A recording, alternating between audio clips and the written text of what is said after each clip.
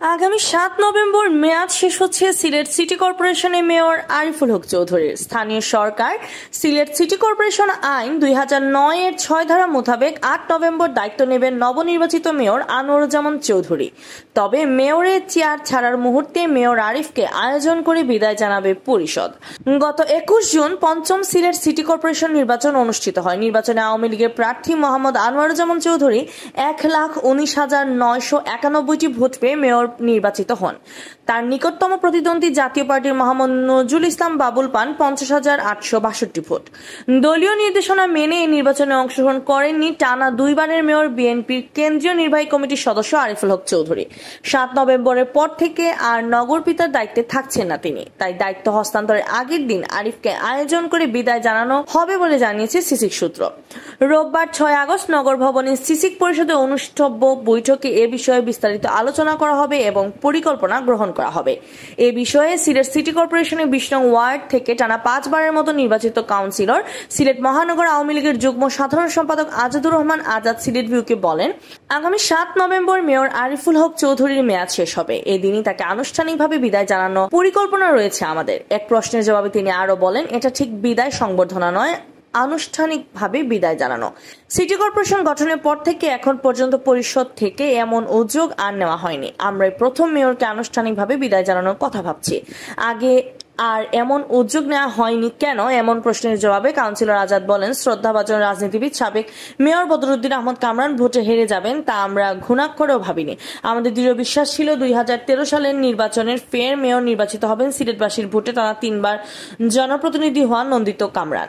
উল্লেখ্য, সদ্য সমাপ্ত সিটি নির্বাচনের আগে গুঞ্জন ছিল পঞ্চম সিসিক নির্বাচনে মেয়র প্রার্থী হচ্ছেন আরিফ। তার পলিসি হবে নির্বাচনের আগে বিএনপি থেকে পদত্যাগ করে নাগরিক সমাজের ব্যানারে স্বতন্ত্র প্রার্থী হয়ে নির্বাচনে অংশ নেওয়া। বিজয়ী হওয়ার পর তাকে দল এমনিতেই টেনে নেবে। তবে প্রার্থী হওয়ার ক্ষেত্রে বাধা হয়ে দাঁড়ায় দলীয় সিদ্ধান্ত। বিএনপি সরকার অধীনে কোনো নির্বাচনে অংশ নেবে না এমন সিদ্ধান্তে বিপাকে পড়েন আরিফ। তাই লন্ডনে থাকা দলের নীতি নির্ধারক ও ভারপ্রাপ্ত চেয়ারম্যান তারেক রহমানের সঙ্গে সাক্ষাৎ করে তাকে রাজি করিয়ে প্রার্থী হওয়ার লক্ষ্য নিয়েই সেখানে যান সিলেটের সিটি মেয়র। ১০ এপ্রিল বিএনপির ভারপ্রাপ্ত চেয়ারম্যান তারেক রহমানের সঙ্গে সাক্ষাৎ করেন মেয়র আরিফ। লন্ডনের কিংস্টন এলাকার একটি ভেন্যুতে তাদের সাক্ষাৎ হয়। তবে তারেক রহমানের সঙ্গে সাক্ষাৎ শেষেই আরিফ ঘোষণা দেন আর প্রার্থী হচ্ছেন না সিসিকের। ওই সময় সংশ্লিষ্ট সূত্র জানায়, সিসিকে প্রার্থী না হলেও নতুন চমক নিয়ে লন্ডন থেকে ফিরছেন আরিফ। হাইকমান্ডের নির্দেশনা মেনে সিসিক নির্বাচনে মেয়র প্রার্থী না হয়ে তার এই ত্যাগ শিকারের দল তাকে অন্যভাবে মূল্যায়ন করবে। আগামীতে আরিফকে দলের ভাইস চেয়ারম্যান করার আশ্বাস দিয়েছেন তারেক রহমান। তাছাড়া আগামী জাতীয় সংসদ নির্বাচনে বিএনপির অংশগ্রহণ করলে সিলেটের একটি আসনে আরিফকে প্রার্থী করবে বিএনপি। তবে দেশে ফিরে নাটকীয়তা শুরু করেন আরিফ। ফেরার দিন সিলেট উসমানী বিমানবন্দরের নেতাকর্মীদের দেওয়া সংবর্ধনাকালে তিনি বলেন, হাইকমান্ড থেকে সিগন্যাল পেয়েছি, তবে কি সিগন্যাল তা খুলাসা করব ঈদ উল ফিতরের পর। পরবর্তী ১ মে শ্রমিক দিবসের এক সমাবেশে মেয়র আরিফ বলেন, সারা দেশে বিএনপি নির্বাচনে না গেলেও সিলেটের প্রেক্ষাপট ভিন্ন। আমি প্রার্থী হলে কেন হব তা ২০ মে জনসভা করে সবার সামনে ব্যাখ্যা করব। আরিফের এই বক্তব্যে ফের শুরু হয় তোলপাড়, তাকে নিয়ে ফের শুরু হয় জোর আলোচনা। তবে সর্বশেষে নগরবাসীর সকল অপেক্ষার অবসান ঘটিয়ে ২০ মে সিসিক নির্বাচনে প্রার্থী না হওয়ার চূড়ান্ত ঘোষণা দেন মেয়র আরিফ।